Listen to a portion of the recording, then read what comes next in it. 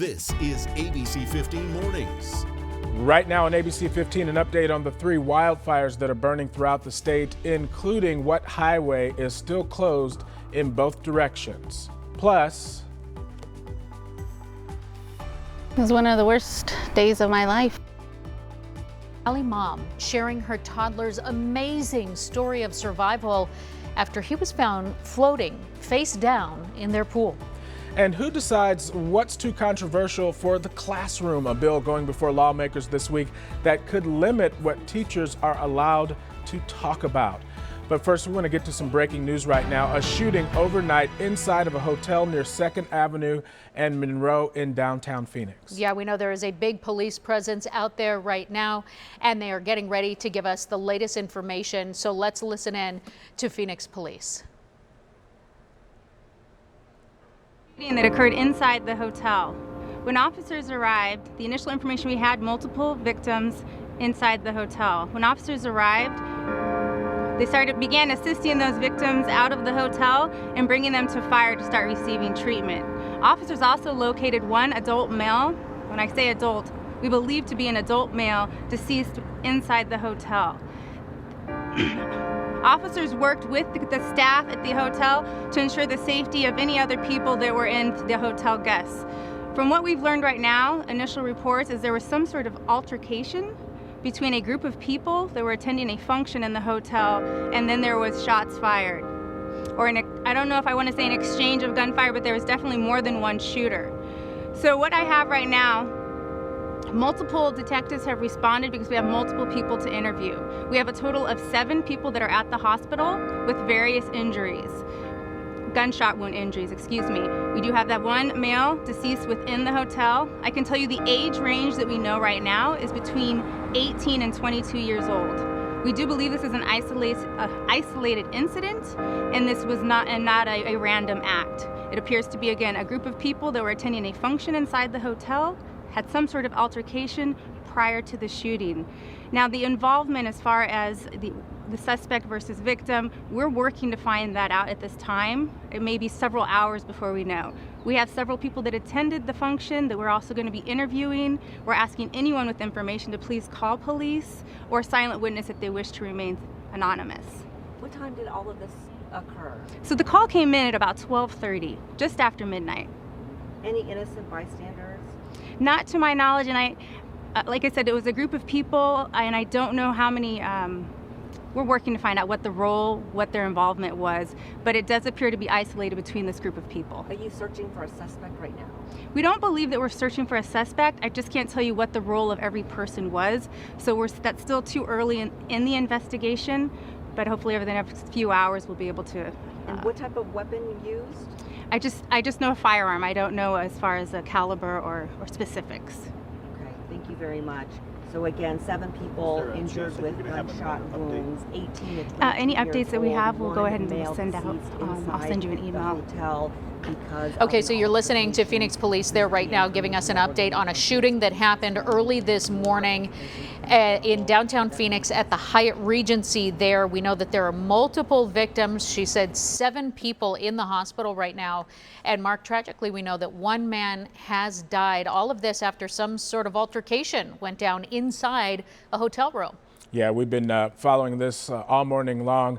And as you mentioned, yeah, several victims there inside the Hyatt. But she said they're not looking for any suspect right now. So we at least know that maybe the person who was involved or persons involved might be contained to that particular incident and not just running out there in the community. So we'll, of course, stay on top of this and bring you more updates as they become available. But we also want to get to some more breaking news overnight. Police say that an armed man in Glendale was shot after a confrontation with officers. This happened near 49th Avenue and Bethany Home. Police say that a man with a gun was threatening a clerk at a gas station when officers arrived. That man was shot, but it's unclear if he was shot by police. Bethany Home is closed from Grand Avenue to 47th as police investigate this one. No word on when those roadways or that area will reopen.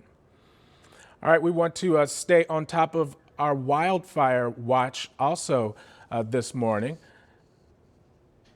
And before we do that, we're going to get a look at the most accurate forecast. We're going to look at weather right now, Nohe, before we get into our wildfire. So I'll send it back to you. Yeah, so on that note, I can definitely tell you that our wildfire danger is high because it's dry out there, it's hot, and our winds are cranking up. So it is going to be warm on this Mother's Day. Those breezes will start picking up this afternoon statewide, a little more noticeable here in the valley than they were yesterday, but certainly stronger up north, and then even hotter temperatures are ahead for us. So on this Mother's Day, 96 is that forecast high for all of you. So it's, it's getting warm out there, but just get creative with mom. And certainly if you can get her outside in these early morning hours, then it'll really be a great day. Or if you're headed up north, taking a little road trip, Flagstaff is going to be in the upper 60s today, but it'll be really windy up there. So just be mindful. 35-mile-an-hour gusts at times. Sedona, 80 degrees. Show Low, 71 degrees, and that'll be a very similar temperature right between the two if you're heading to areas like Prescott or Payson for today. Right now here in the valley, we are sitting in the 60s and 70s, so get ready and get that breakfast going so that mom is ready for her surprise when she wakes up. We'll talk more about the high temperatures today and how we get there coming up in that full, most accurate forecast. All right, Nohe, thank you. Now we can get to our wildfire watch this morning. 3 wildfires burning right now in our state, including the Copper Canyon fire near Globe, the Maverick fire that's also burning west of Highway 87, and the Tussock fire northeast of Wickenburg. Let's start with the Copper Canyon fire. It's burning more than 2,500 acres, and it is now 20% contained. The flames, they have now spread to both sides of the US 60. Firefighters, they were trying to prevent that, but the highway is still closed there in both directions. It's also still unclear how that fire got started. And these are some photos right now of the Maverick fire. This is from the Tonto National Forest. The fire, they say, started there on Friday. So far, about 1,000 acres have burned. Air support has been requested to help put out those flames. And then now to the Tussock fire, which sparking just about 20 miles northeast of Wickenburg. About 800 acres have burned so far in this one. Again, firefighters staying on top of all of these wildfires this morning. Nohe. So Mark, one Valley mom is waking up extra thankful on this Mother's Day after her toddler nearly drowned just 3 weeks ago. This morning, she is sharing his story of survival and really hoping that other parents can learn from her family's close call. 22-month-old Justin was out of his parents' sight for about 10 minutes. It can happen just that fast. When they found him, he was floating face down in their pool. It was one of the worst days of my life. His father screamed Justin and dove into the pool, and I dove into the pool. One of those things you don't think is going to happen to you. So they pulled him out immediately. They started giving him CPR. Justin was rushed to the hospital and was in a coma. But the next day, they say a miracle. His breathing tube was out. He was off the ventilator, and by 6 p.m., he was sitting up in bed eating chocolate pudding, asking for more. That gives you chills, doesn't it?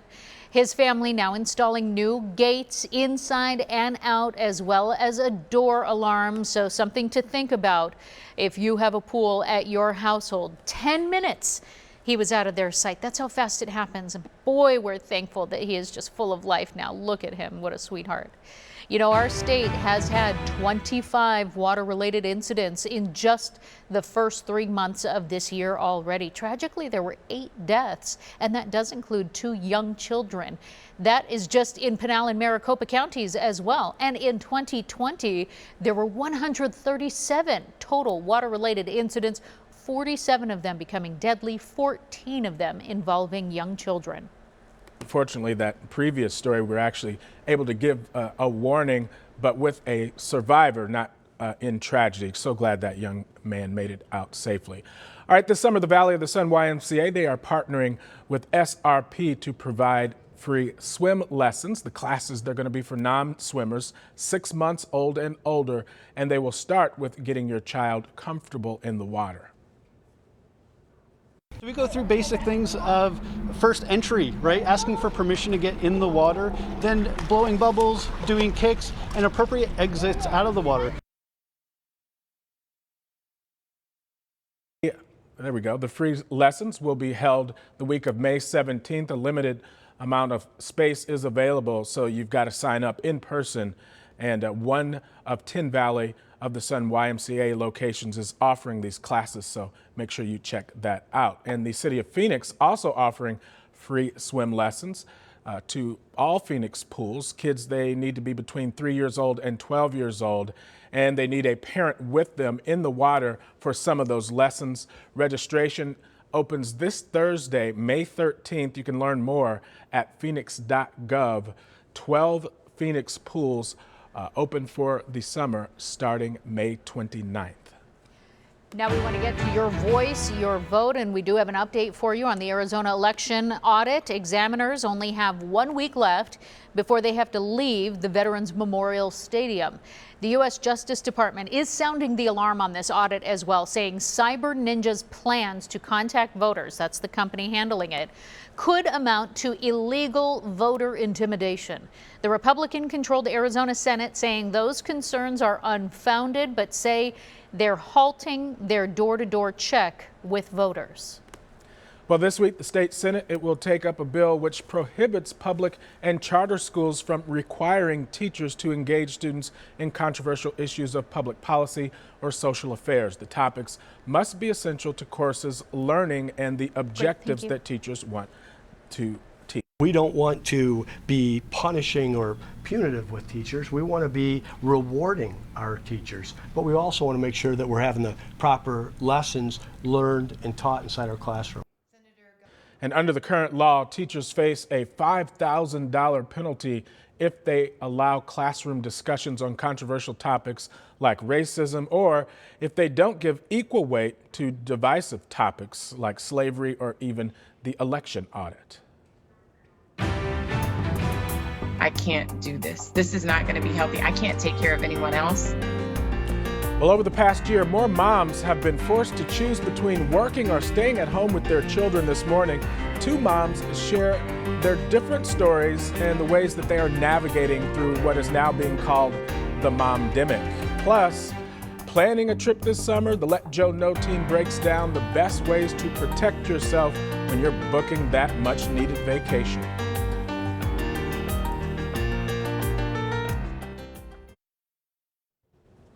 Flooding in fire-charred areas is a serious threat to Flagstaff this monsoon season. Officials say businesses and homes in the area of the museum fire burn scar still need concrete barriers and sandbags to prevent flooding this year.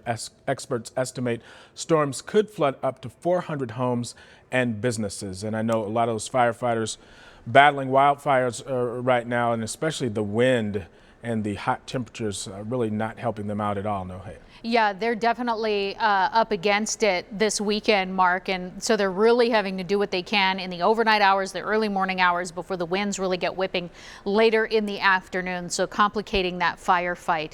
Let's talk about that most accurate forecast and continue to talk about those breezes. On this Mother's Day, the one thing for us is it will actually help keep temperatures a little more comfortable, if you will. Right now we're in the 70s in the Phoenix metro, so it's actually a great morning if you want to get out with mom, get on an early morning walk or bike ride.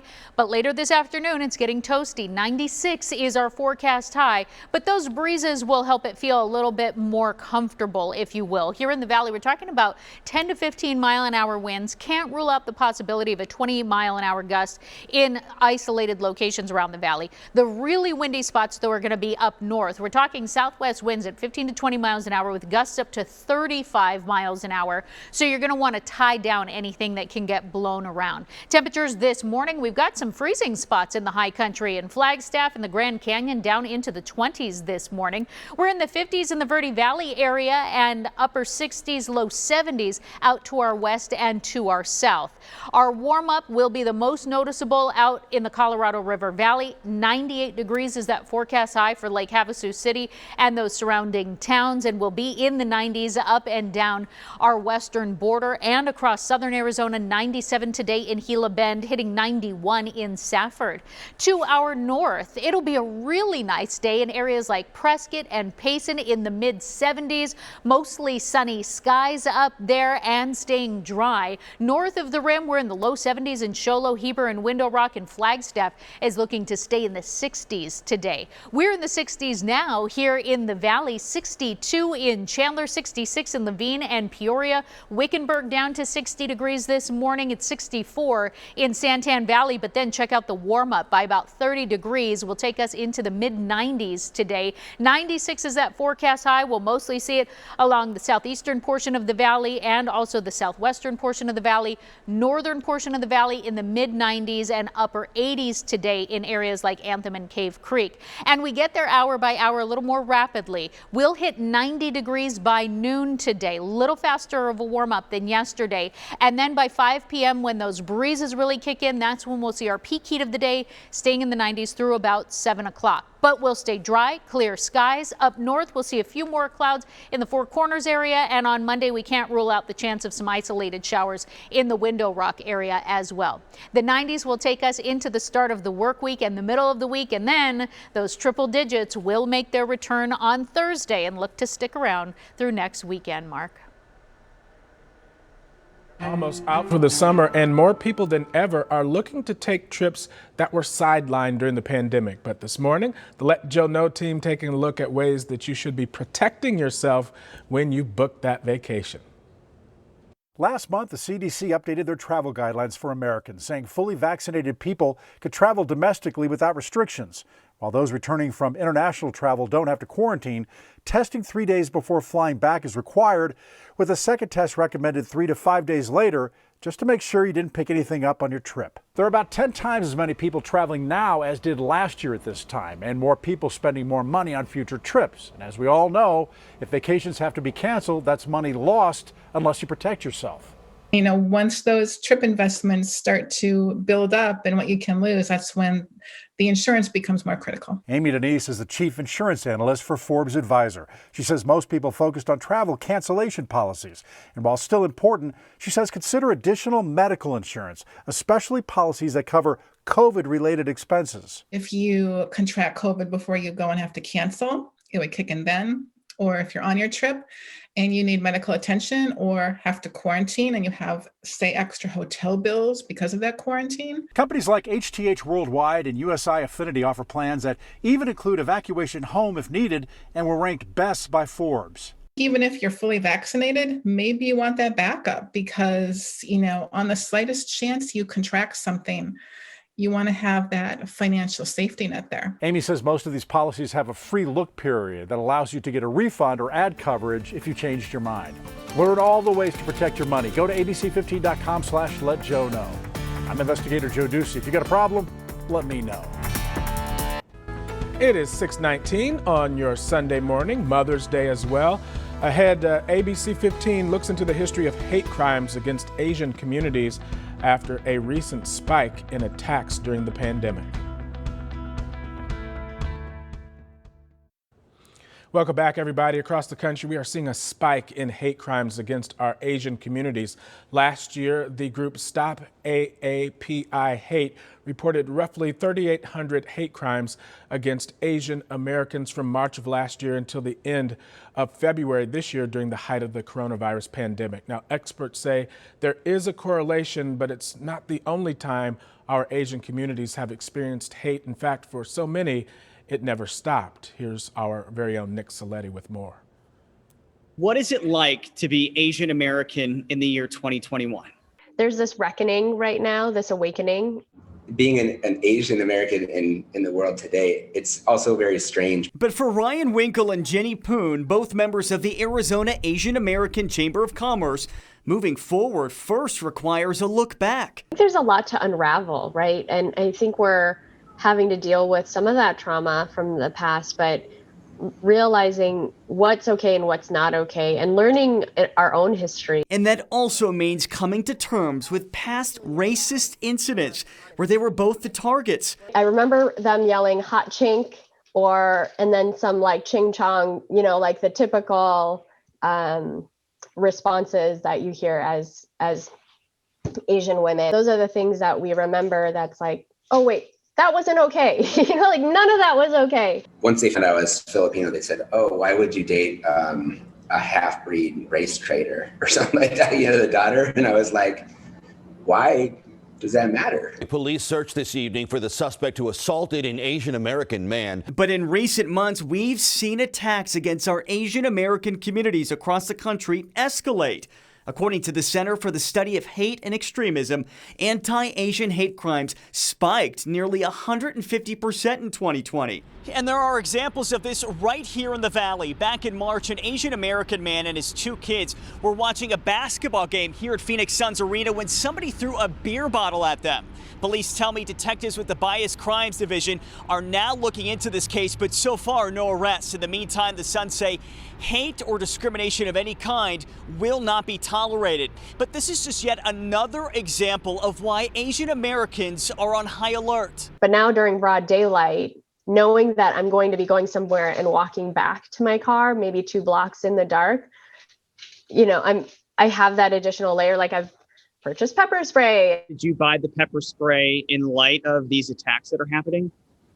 Yeah. I actually bought some for my parents too and sent them over to them. It's funny, my mom did the same. She bought some and then she bought some for my wife. But how do we begin to solve the problem? Ryan believes it starts with increasing the amount of education Arizona students get in schools. If people know about somebody, it humanizes them, and then you no longer think, oh, that's something different than me, so I can not like it for no good reason. Jenny says it will also require more organization within the Asian community itself. We're done being quiet about it because it's not getting better. It has been nearly 80 years since Chizuo Mori and more than 110,000 other Japanese Americans first arrived at what many now refer to as incarceration camps. And even though it's been almost a century and progress has been made, there's still more work to be done. Over decades, we've seen this demonization of the Asian community. And I'm wondering if you feel like there's a connection to what you went through to what we're seeing play out today. Sure, we're still working to sand off the rough edges about all these issues. Change is possible. We've seen change. We've seen change over time. And that was Nick Saletti reporting. Advocates say that there is more that our politicians can do as well. This week, ABC15 got a copy of a letter that the Japanese American Citizens League Arizona chapter sent to Governor Doug Ducey, making a number of requests, including allocating more resources to ensure the safety of our Asian American communities. For more information on hate crimes, you can head to abc15.com. Well, coming up, 1 person dead and 7 others injured after a shooting at a hotel in downtown Phoenix. Here's a live look right now at that scene. Still a very large police presence as they work to sort through all of the evidence and figure out exactly what took place. We'll have the very latest from Phoenix Police. That's coming up.